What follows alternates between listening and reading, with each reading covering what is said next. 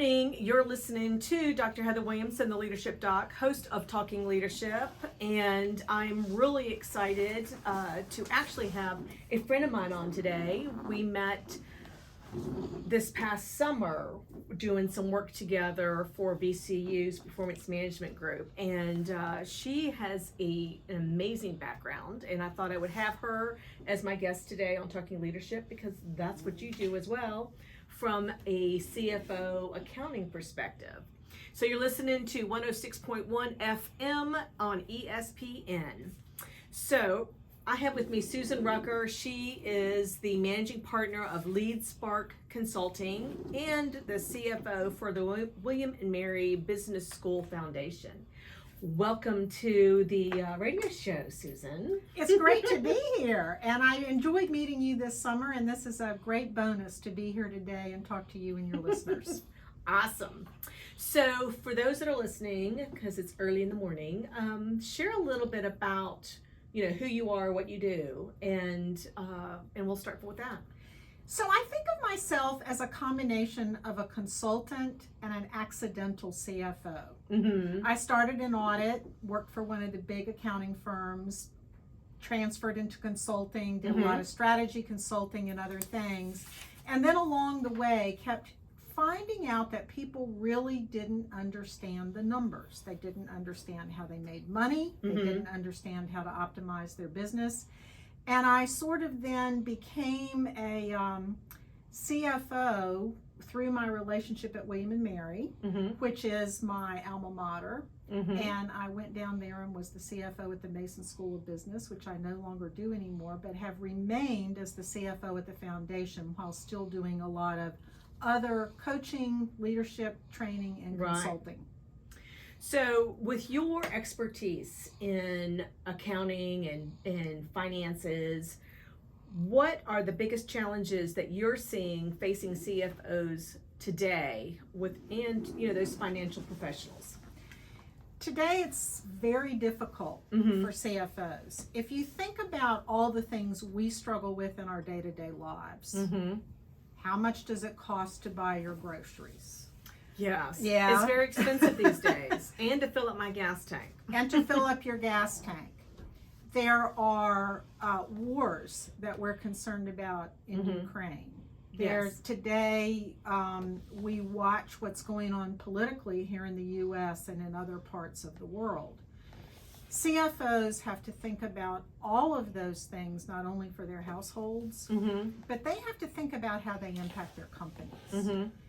And what that means is they're dealing with the unknown. Right. A lot of unknowns at this moment. A lot of unknowns, and probably more unknowns from a finance standpoint than we've had for at least 20 years. And a lot of people would say than we've had since the 1980s, which was the last time we really had significant inflation and economic challenges that the CFOs had to deal with. So when it comes to that, a lot of what you mentioned creates ambiguity. So how does someone manage best in times of significant ambiguity that we're currently experiencing? It's hard, and what you have to realize is there's nobody who has the answers.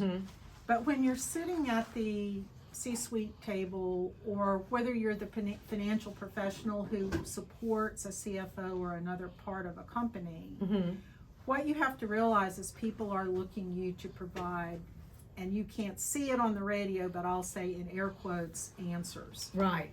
And there aren't answers. And so the question that you have to step back and think about is, what might happen? And what are the options? And how do I think about what could happen? And in thinking about what could happen, you begin to talk to people about, here's option A, here's option B, here's option C. Let's sit down and talk about which one of these seems most likely, and where do we want to go? And it's very uncomfortable. In fact, I was on the phone this morning with a CFO who is the CFO at a company business. And they're looking at what to project for their sales next year. Right. And they're in a business where their raw material costs have gone up 15-20% over the last year, and they've had to raise prices. But now the raw material costs are coming back down. So as they begin to think about how they talk to their banks, if sales prices come down, their sales will actually fall. Right. Even though they actually may be doing better. So how do you explain that to people? It's tough, but it's actually sitting down and thinking through what might happen and how do we chart the best course collectively that we can. It's not only about the numbers, Right. but it is partly about the numbers. Right. So funny enough, my girlfriend's the slats on her bed, like when her kid was younger, he used to jump on the bed, and the other day it just broke. It's like one side of the bed just kind of collapsed. So her husband went to go buy new slats for the bed, which originally there was like maybe $3 a piece for a slat. Now it's $8 a piece for a slat. So yeah, so how do exactly what you're talking about is crazy. It is crazy. And the other side to this is how long is some of this craziness going to last? You know, it's interesting. We went through a period of time of relative stability in terms of labor force, inflation, all of those types of things. And now, in addition to those, we're still dealing a little bit with the pandemic. And what the CFO and the management team have to think about is not only what are the trends I'm seeing today, but also what are the black elephants that they might face. Have you ever heard the story of a black elephant? No. White elephant at Christmas time, I've heard. Yeah. Well, it's kind of an interesting story, and I use it when I'm talking to CFOs and actually others in the C-suite. So everybody knows what a black swan is, right? It's an event that you never thought would happen, and it happens. And the black swan got its name from European explorers many, many years ago. They had only ever seen white swans in Europe. Right.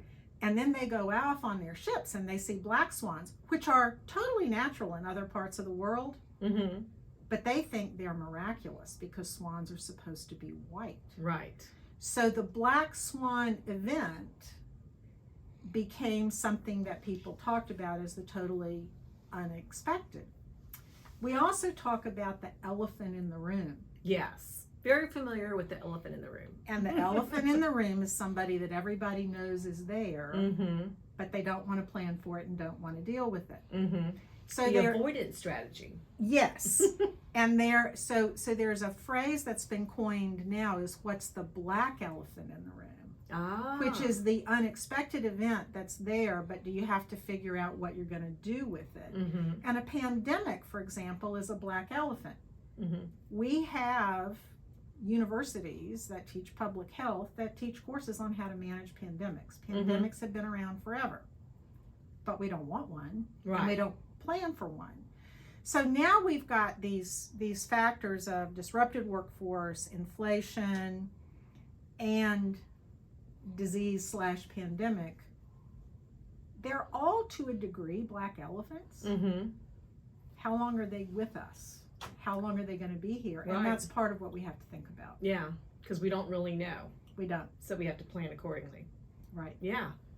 Very, very true. So what do executives have to think about and manage risk for their companies? And so as you think about those things we just talked about, those all introduce a level of uncertainty and risk. Part of the CFO's job is to manage risk. And normally what a lot of people say is, well, that's what you have insurance for, right? So the CFO goes and they buy insurance.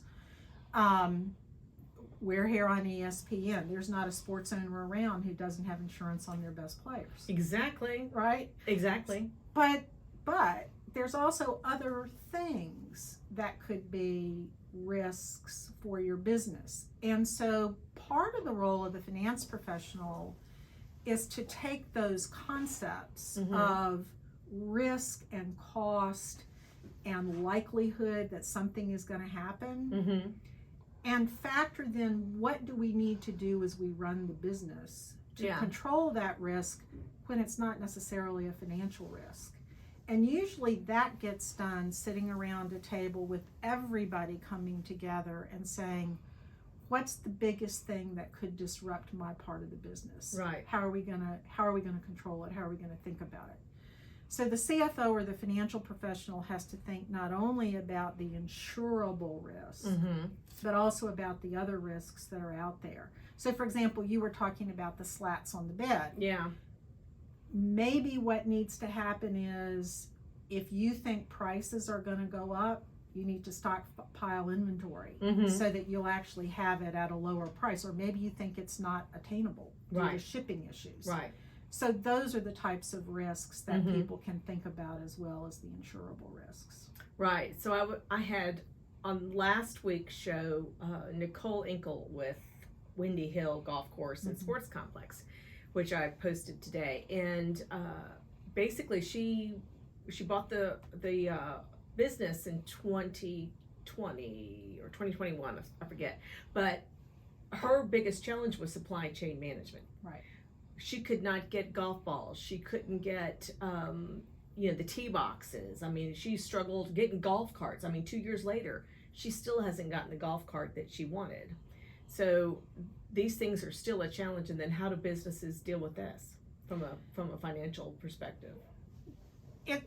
It's not just financial in the sense of thinking about the numbers, but it's how does it disrupt operations? Yeah. And the CFO has to sit at the table and say, how do we begin to think through what alternative courses of action are, and what's that going to cost us, and can we afford to either do it, or can we afford not to? Right. So for example, she might have been able to get golf balls or tee boxes from a different supplier, but it would have cost 3 or 4 or 5 times more. Right. So what does that do to her business? I know. And how does she think about that, and how does she think about what it does to her cash flow, operating profit, her bank relations? That's where somebody who's managing the business and really understands the operation has to partner with the financial people to say, let's look at this holistically and then make the best decision. That is, very good approach. And she did the best that she could based on the circumstances that she happened to be in, and she luckily was very successful. But she still, the supply chain management is still an issue for everyone. It is. Yeah, it is. So when it comes to, what about the people side? Is being a CFO all about the numbers? Because for some, it is. They run their life by the numbers. You're right. But what I would say to you is that the really, really strong CFOs understand the numbers, but they put them in the context of how it impacts people. If you look at a lot of recent surveys where CEOs and board members are asking, what's the number one thing that we really need in a CFO? The number one thing they need is a trusted advisor. Yeah. The number 2 thing they need is a strong collaborator. And so it's interesting that if you really look at a lot of CFOs, I think people think the traditional route for a CFO to come up is from the accounting side. Right. A lot of good CFOs actually don't come from the accounting side. Really? Yeah. See, that kind of surprises me. Or if maybe you majored in finance or something in college. Yeah.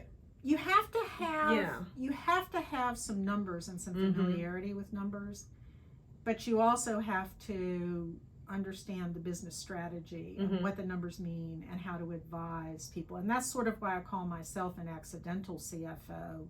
I never really wanted to be a CFO. But when the opportunity came to help people think about how do you best structure a business, what are the options that are out there, how do you make those decisions based on sound modeling and planning, that's really kind of fun stuff. And it makes a big difference to the outcomes in the businesses. So for example, what would that look like if you're going to structure a business? So I'm working with a company right now where we're trying to figure out how to price products. Mm-hmm. And these particular outcomes are multi-year products. So you can't like look for 6 months. Right. So you have to look 5 years or 10 years out. Mm-hmm. So we've built a very simple model that says, if you think about these things, if I price them this way, here's where I am in 5 years or 10 years. If I price it this way, here's where I am in 5 years or 10 years. And if I price it this way, here is where I am. And we begin to look at product mix. Are we better off to expand our products and have 5 or 6 or 10 products? Or are we better off to narrow, which by itself is riskier, because what if one of them doesn't become or goes out of favor? But it's actually sitting with the leadership and saying, okay, this is what your company will look like in terms of capital need and profitability. Now, here's where people push back. You can't know the answers to those questions. You're right. Yeah.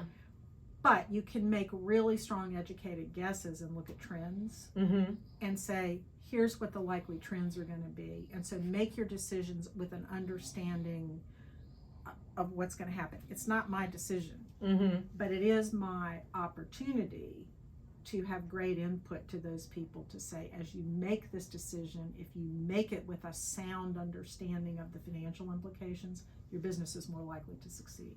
There you go. Which is some great information, especially, and even if you're basing it on trends, at least you have some information to base it on, rather than just pulling something out of the air. Absolutely. So how is technology changing the role of financial professionals today? You know, it probably is having the biggest impact on the finance area of anything that's impacted that area for the last 15 to 20 years. We all hear artificial intelligence, we all hear robotics. Those things are alive and well in companies. And so what is happening if you leverage technology appropriately is you're doing away with the routine of accounting and freeing up time for people to think. Which is by using technology. By using technology. So what you really want is you want technology to do the routine, and then you want your people to be doing the analysis and coming up with insights that are providing those options and possible decision routes. So, and technology is used, in every business. I mean, it's simply from a computer to telephone system to whatever. But so how do you make sure that you are investing in the right technology that is going to help your company be more effective and efficient with growth? That is probably the single biggest question when I work with CFOs that they would love to have an answer for. or a certain, let me say it this, they will have an answer, but they may not have a certain answer for it. Because what happens is people become enamored with technology. I know, because there's so many, well, this one does this, it's got these little, extra little bonuses to it. And I'm like, well, yeah, but I only need like 2 of those functions, or I need 3 of those functions. And, what about the people and their ability to make it user friendly? And because I was just with, a group recently, and the whole, actually, I think it was the whole state changed some of their HR processes. And there is a huge learning curve with that, and there is some resistance to it because people are not understanding how to really effectively use the software. So how do you know this? How do you make it so it's really the right decision rather than just going by the shiny object? So some people actually want to be at the tail end of adoption. They Mhm. only want to adopt proven technologies. Mhm. And even if there's a shiny object out there, they say, no, we're going to wait and put our money in when we know we're going to get a return on it. Yeah. There are other people who want to be at the forefront. And then there's a whole group of people in the middle.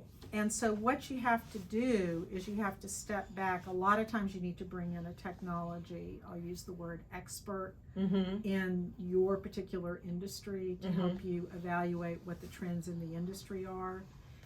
But the biggest thing I would say is, from a financial and an operational standpoint, is technology is not just about technology. It's, as you said, about user interface, change management, and the way you do business. And so it's really sitting down and making a decision, understanding that whole ball of wax. Yeah. Like, what are the needs? What are the needs? How does it match what we need? Is it going to do we have that need for a long term or just for 6 months? I mean, because you're investing millions of dollars. Yes. For some organizations. Yeah, and even for a small business, you know, a $10,000 or a $40,000 or a $100,000 purchase is a major part of their revenue for the year. Oh yeah. And so they have to stop and think about it. So I wish I could give you a quick canned answer, but I can't. But I would say you hit on probably the single biggest issue that keeps a lot of CFOs up at night. It's just lucky. Good for you. Good for you. So, what do you think, if you were going to give advice to the listeners out there in their leadership roles, depending on if they're a business owner or if they are working for, you know, a 500 Inc. company, what is it that they should know from a financial CFO perspective? What words of wisdom would you have? The first thing I would say to them is accounting is the language of business. A lot of people shy away from the numbers. If you don't understand them, you don't know business. I taught a class in a university executive education setting one time, and I had a guy sitting on the front seat, and I started talking. It was an 8-hour class. About 30 minutes after the class started, he was on his computer, and I'm like, well, I've lost that guy. And they had told me he was a CEO, and he was a really important client of the university. And I was very petrified, because I could just see that at the end of the day, he was going to just say, well, this was a worthless class. And this kept on for 7.5 hours after that first 30 minutes. And I would be distracted by that. It was distracting. Because I'm thinking, you're not really paying attention to me. I mean, I could be thinking, oh, he's typing down every word I'm saying because I am giving such amazing information. He came up to me at the end of the day and he said, Susan, I should have told you what I was doing. He said, I've been sitting here emailing my accountant all day. Asking him questions. What does this mean? How does this fit for me? Blah, blah, blah. Based on what I was saying. And he said, I have to tell you, I inherited this business. I've been running it for about 10 years. This is the first time I truly understand my financial statements. And he said, I now know that I have made decisions I shouldn't have made. Yeah. Because I didn't really understand what was going on. So first thing is understand the numbers. Second thing is finance needs to be collaborative and work together with your finance people to get the best answers. You know, it's sad because I think some businesses, they'll meet with their finance people, but they don't really listen to them. So how do you, if you know you're in that role, how do you get your CEO to listen to you, to what the numbers are actually telling you? You have to realize that a big part of your job is developing, and I know you know about trust, is developing trust and a relationship where you can influence people. Because you know what, the numbers aren't always right, and you have to think about other people's perspectives. And so it's developing that relationship to where you can listen to each other, and then in the end, regardless of the decision that's made, you have to have buy-in and help the company move forward, even if it's not where you wanted to be. I know. It's hard. It's very hard, and sometimes you have to really make the tough decisions, and those that don't see some major failures. Yeah. Definitely. So you were talking earlier about the need for a CFO to really be people focused as well. How do you make sure that that is top of mind? You have to go into your office, whether it's, as one of my friends calls it, a carpet commute, walking into a remote office, Carpet or commute. yeah, whether it's a carpet commute or whether you're getting in your car and driving somewhere or getting on an airplane and flying somewhere. Mm-hmm. Your people have to be on your mind every day, Mm-hmm. and you have to check in, and you have to prioritize being with them and listening to them. Mm-hmm. And a lot of people don't. Mm-hmm. But that's what creates a sticky work environment. And by sticky, I mean it means people will be happy to stay there and happy to work there. You have to challenge them, you have to develop them, and you have to understand what they need. And sometimes that's good, sometimes it's not, but to the extent you can, you have to try to understand and get them what they need to do their jobs too. Mm-hmm. And I think being approachable is really important. It is, I agree. Typically, people who are in that CFO role, just their behaviors are not very approachable. So it's really focusing on being intentional on that. It's slowing down Mm-hmm. to pay attention to the people side. Mm-hmm. CFOs are not people who have a lot of spare time. Yeah. But you have to, like you say, to be intentional, you have to take the time. Mm-hmm. So Susan, how do people get in touch with you? Well, they can reach me at susanrucker@outlook.com or go to the LeadSpark Consulting website. There you go. And find out more about how you help CFOs Yes. and become more effective and efficient Yes. in running the business. Yes. Awesome. Well, thank you so much for being my guest today. And I think sharing the pearls of wisdom that you did will help others in those financial CFO roles. Even as a business owner doing their own finances, I think it's all really important and something to consider. So I want to thank you for being on the show today, and that's going to do it for us. Thank you for listening to Talking Leadership with Dr. Heather Williamson, the Leadership Doc on ESPN 106.1 FM. And until next week, have an amazing day. In this video, these leadership tips and strategies are sponsored by my company, Transformation Group. And in my company, I work with leaders just like you through individual leadership coaching sessions. And in these 1-hour sessions, we talk about strategies to help you develop the skills to overcome performance challenges. Whether that involves learning how to hold your employees accountable, delegating and empowering employees more effectively, spending time on tasks that really matter to your business, or communicating expectations consistently, or even better, lowering your stress. If this sounds like something you might be interested in, then there's an email address below in the description box of this video. So send me an email and we can then discuss if I'm the right fit for you. Until the next video, have a great day.